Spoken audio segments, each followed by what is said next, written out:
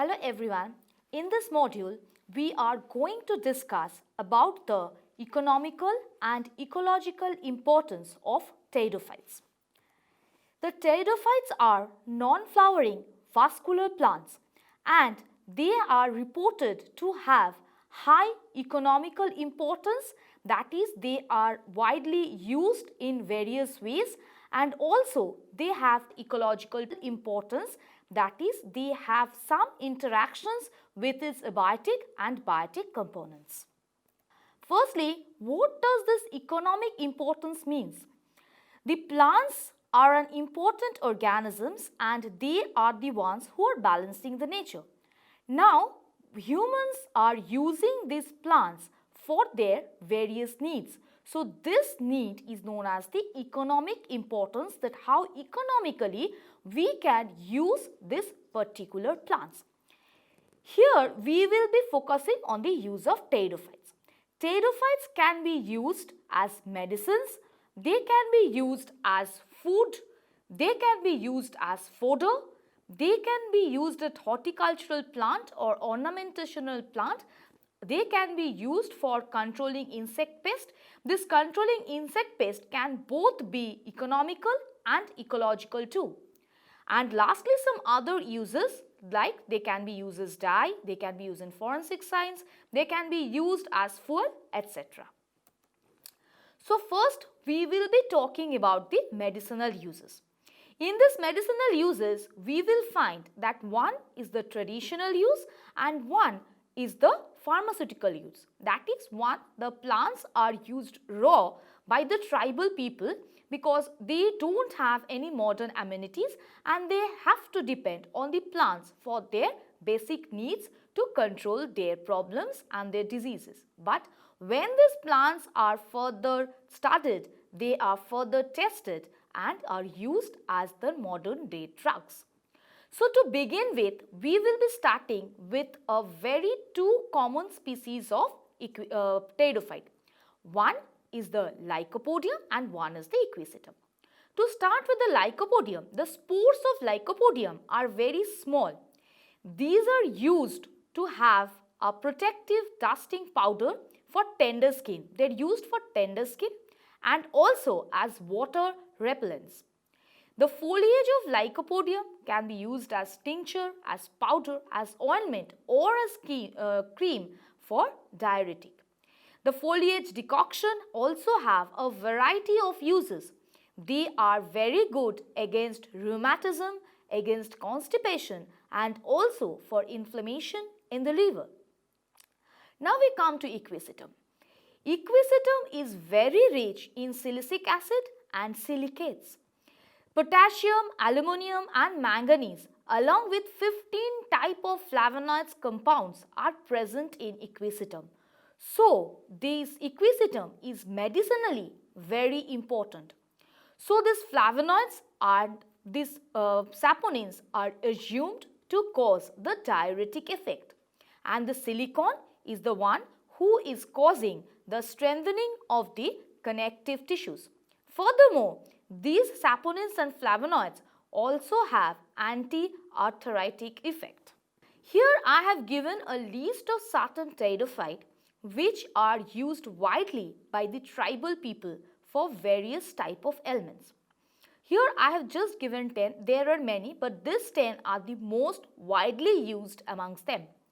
The first is Actinopteris radiata. The whole plant is used and it is used as anthelmintic and as styptic. Second one is Acrosticum aureum. The rhizome is used to heal wounds and is applied on boils. Adiatum, 4 species of Adiatum are present here and they have a variety of functions. Firstly, Adiatum aethiopium. The whole plant, leaf and rhizome, that is all the parts of this plant are important. These are used as emollient in cough, in diseases of the chest and colds. And the leaves in the rhizome helps to promote parturition. Adiatum caudatum, the leaves or the juice of the leaves are used. The leaves are used for cough, fever, skin disease and the juices of the leaves are found to be very effective in diabetes. Second, Adiatum pedatum. This is the whole plant is used in chronic catarrhs and pectoral affections. Adiatum venustum, disease of chest, ophthalmia, the leaves are used. And the Drymeria, Lycopodium, Ophioglossum, all these, the rhizomes, spores or fronds are used in various diseases for like headache, for typhoid, for dyspepsia, hepatic congestion, and also this Ophioglossum, the fronds of Ophioglossum is used to improve the hair or the hair quality. Now we will be talking about some pharmaceutically important plants, or these plants have been investigated and have been found very effective, and these plants, these 11 plants are found to have a high antioxidant potential. These are, some of them are very common, this Equisetum, Polypodium, Selaginella, Marsillia, Teres, Celianthus, Polysticum, Nothospermina, all these are found to be very effective and they are widely used as antioxidant. Here is another list which is thought or which is found to be having anti-cancer property, that various tests have been carried out with this plant and they have shown to be very effective against this. First one is Teres polyphylla, Teres multifilla, Dryneria, Pseudodryneria, Davelia. There are 3 species of Davelia, Marsillia, Quadrifelia, Humata, Griffithiana. All these are been tested and can be used for future study and future can have some future effect. See, here I have given pictures of 2 pteridophyte. One is Teres vittata and one is Diopteris cruzi-rhizoma. Actually, I have given here because these 2 plants have certain chemicals in this, and these chemicals are very much effective against certain diseases. So, for the first one, this Teres vittata, it is camphorol monoglycoside, camphorol diglycoside, quercetin monoglycoside, quercetin diglycoside. For Diopteris cruzi-rhizoma, it is flaspedic acid Pb and flavospedic acid Ab. So, after the medicine, the another important activity or another important aspect of this pteridophyte is it is used as food.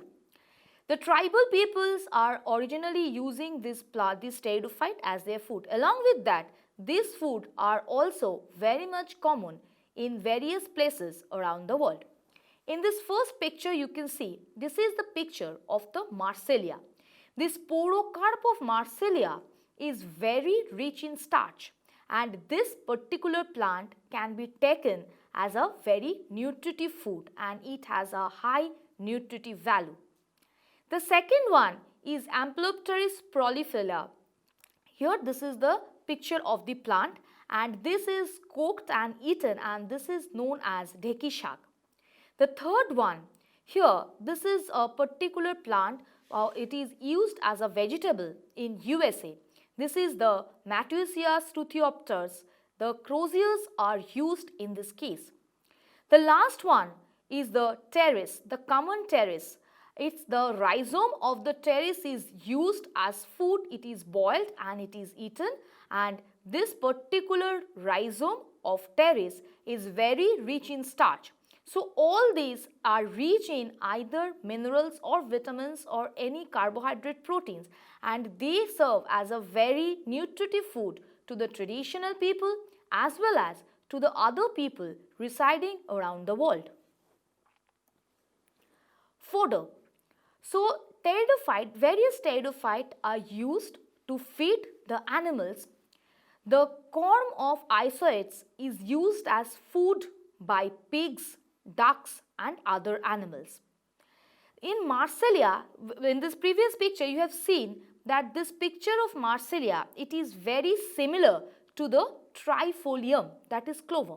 So, this can be used as an alternate source for trifolium and it is a very good fodder for animals. Ultimately, most of the pteridophyte in its dried form can be used for the form or for the livestock of the cattle. Now we come to the horticultural plant, that these plants are used for decorative purposes. They are very showy. The type of their arrangement, their sporangial arrangement, their leaf arrangement, all these are so decorative that they are used for decoration both indoor and outdoor. The first one is the Psilotum nudum. Many varieties of this Psilotum is being used for decoration, and they are cultivated in nurseries and greenhouses. It has a nickname called Wilkes fern.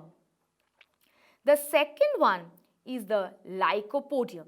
This Lycopodium is a epiphytes, and due to its structure, its arrangement of the leaves, it's aesthetically more valued and is grown in hanging basket.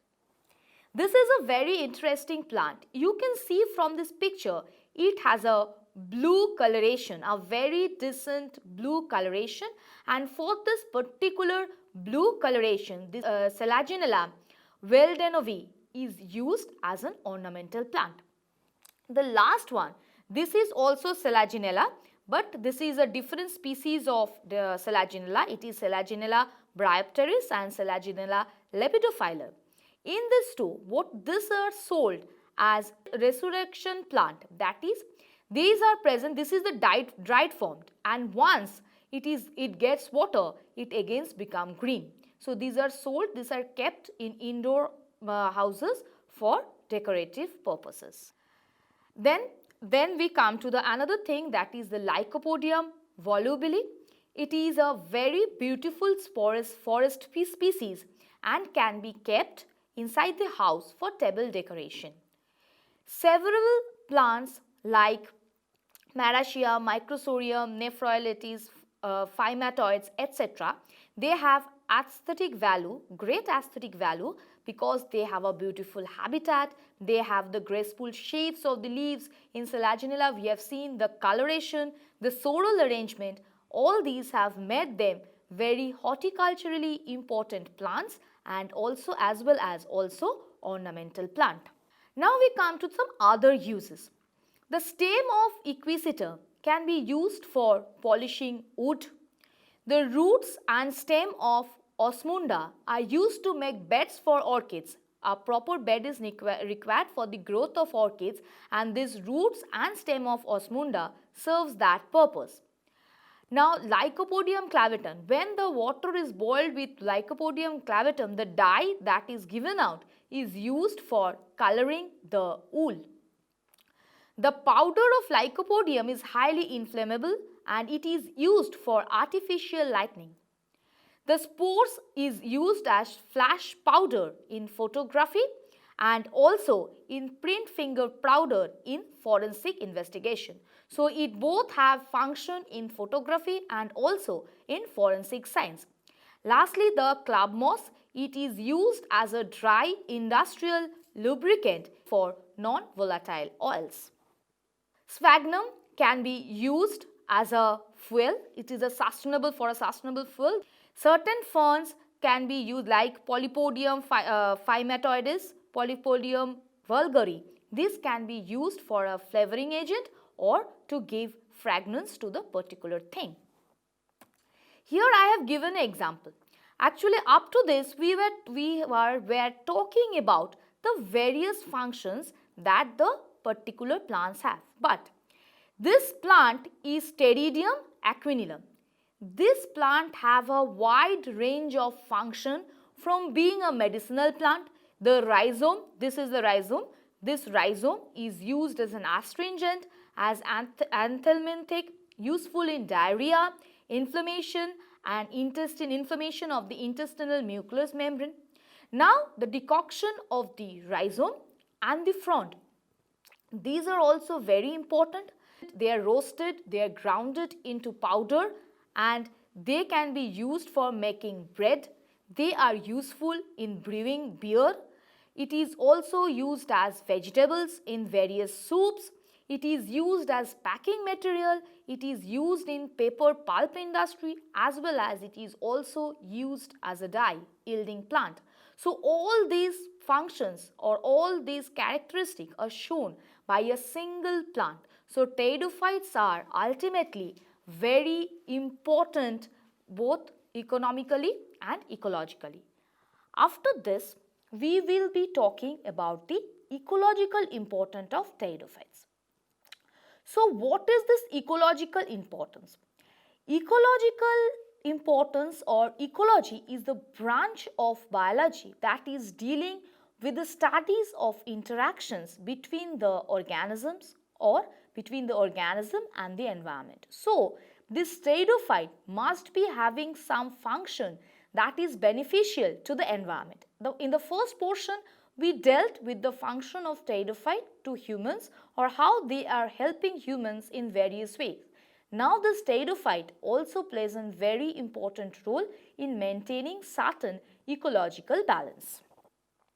So what are this? This pteridophyte can be used as biofertilizer. It helps in phytoremediation. Here I have also added that point that controlling insect pest, because this is included both in ecological and economical importance. It acts as soil binders, it helps in metal indicator, and ultimately this is also an important thing in plant succession, or it helps in succession. So the first point, how this pteridophyte is used as a biofertilizer. We have taken the example of the azolla. Now azolla is used as a biofertilizer in agricultural crops, and we are using some artificial fertilizer for the growth. But if we somehow use this azolla in the near future, it will be of great help, because azolla help to fix the nitrogen present in the soil. So how does it does? We will be discussing here. Firstly, azolla is a free floating pteridophyte and it can multiply very quickly. The reproduction rate of azolla is very fast. So if it's used as a fertilizer, it will be of great help. Now there is a particular cyanobacterium known as Anobenna azollae. This Anobenna azollae forms a symbiotic association with the azolla. In the leaves of azolla, this particular cyanobacterium is present, and this association or this symbiotic association helps in providing nitrogen to the plant. Actually, this azolla is very common in the rice field. Before going into details that how azolla is helping in fixing the nitrogen, recently technology have been developed in Japan where azolla, duck and rice together are grown. Azolla is helping in fixing the nitrogen. The duck while it is roaming around in the field, it is eating the azolla, and from that it is getting some nutrition which is highly proteinaceous, and it is helping in the growth of the duck. So since it is getting its food from the field, it is usually coming to the field again and again. So in this respect, it is eating away also some of the pest that is creating problem to the rice plant. Along with that, the excreta of this duck is rich in phosphorus, which is helping in the growth of the azolla. And since azolla can grow in the rice field, so other ways cannot grow in that particular area. So this particular technology is widely accepted in Japan, and it is found to be a very effective one. So here we will be seeing how this azolla is fixing the nitrogen. There are certain experiments have been carried out by the azollae, that is has been separated from the azolla, and it has been found that the ammonium ions are being fixed by the half of the nitrogen fixed by the algae. The algae is fixing half of the nitrogen. It is excreted as the ammonium ions. So this ammonium ion is again assimilated by the enzyme, this glutamine synthetase. This glutamine synthetase is again found within the fern and is converted into the amino acid. Now it is present in the leaf cavities. This particular algae is present in the leaf cavities. Now when we say that this particular fixation takes place, this fixation is usually taking place by the function of the heterocyst that is present in the particular algae. So beside being a good fertilizer, this azolla also had a lot of function. It is used as an animal fed, human fed, medicine. It can also be administered for water purifier. It helps in the production of hydrogen fuel, production of biogas. It can be used to control weeds, control of mosquito, and ultimately reduction of ammonium volatilization.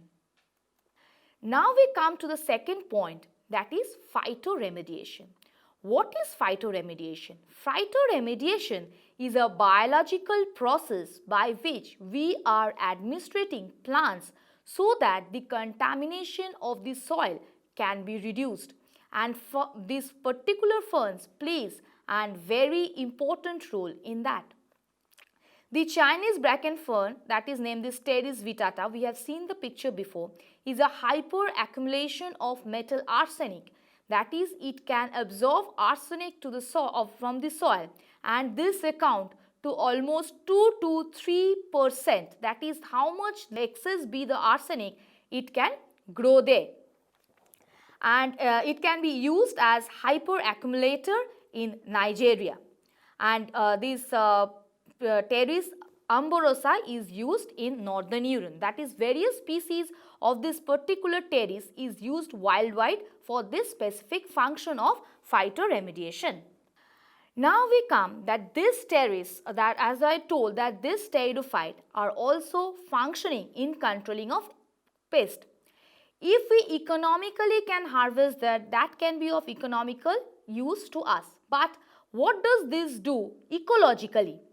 This phyllocene is isolated from the rhizome of Diopteris flexmus. Diopteris flexmus is a particular pteridophyte from the rhizome of which this phyllocene can be extracted or isolated, and this is a potential insecticide. Second, the phytoecdosines which are present in the fern help it to combat with the insect predation, that it kills the insects. Thirdly, the ferns are effective in arresting embryonic development in insects. These substances are produced by the plant for defense against insect predation. So, if we can find out that what particular chemical is being secreted by this fern which is so effective against the embryonic development, we can easily find a measure to control this particular insect and save the crops. The extract of pteridophyte have toxic effect on Spodoptera litura and Helicobacter armigera. These two are some type of insect pest, or these are some type of moths that are creating problems to the crop fields. So this particular time, there are many pteridophytes whose extracts are found to be very much toxic to them, and sometimes these are also found to be fatal.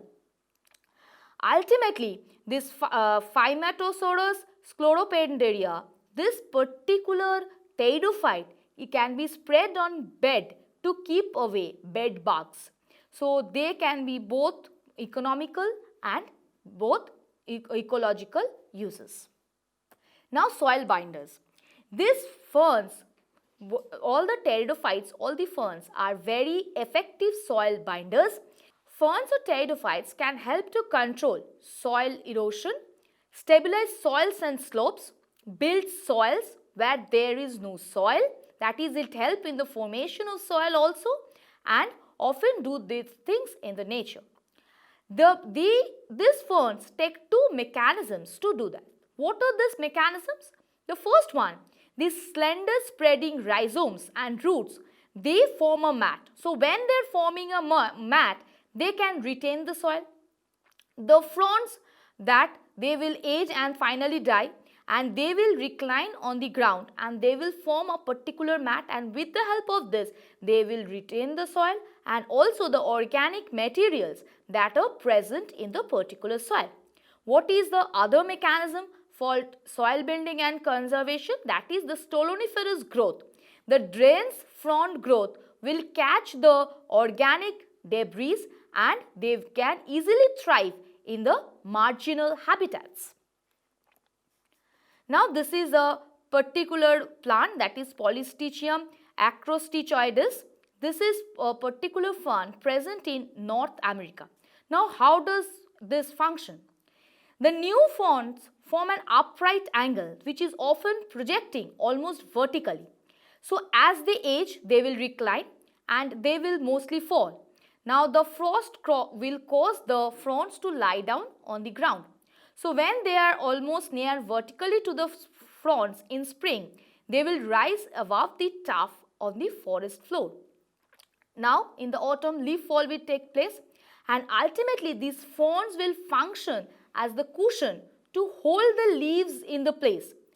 Now, this persisting as a leaf mat for several years. So, ultimately that will form a particular mat in the forest floor where it will retain all its nutrients in soil and it also help it from being eroded. This is known as the ostrich moss or ostrich fern, that is Matteusia stereopteris. So, what does this does? This forms a colonies of interconnected underlying stolons on sandbars or riverbanks. So, if they are forming an interconnected stolon, underground stolon, then the sandbars on the riverbank will not get eroded by the effect of the current. This is another species where the Dichramtoris, what is this particular thing is doing? This creep rapidly, forming a crisscross network of root stalks between which root penetrate all available soil. So, basically with the help of its root system, it is able to bind the soil. Now, since the soil is now saturated with roots, they will readily grow into duff as it decays, positively holding it in place and rapidly making organic material for the soil. So, the basic two requirements, one was the retention of the soil so that it is not eroded away in the slopey region or in near the banks. So, it is helping in reclamation of the marginal habitat and moreover, it is help in producing the organic material of the native soil. Now, we come to the indicator species, that is, there are certain pteridophytes which are used as indicator that if they are growing in a particular soil, we can say that this particular mineral or this particular metal is present there.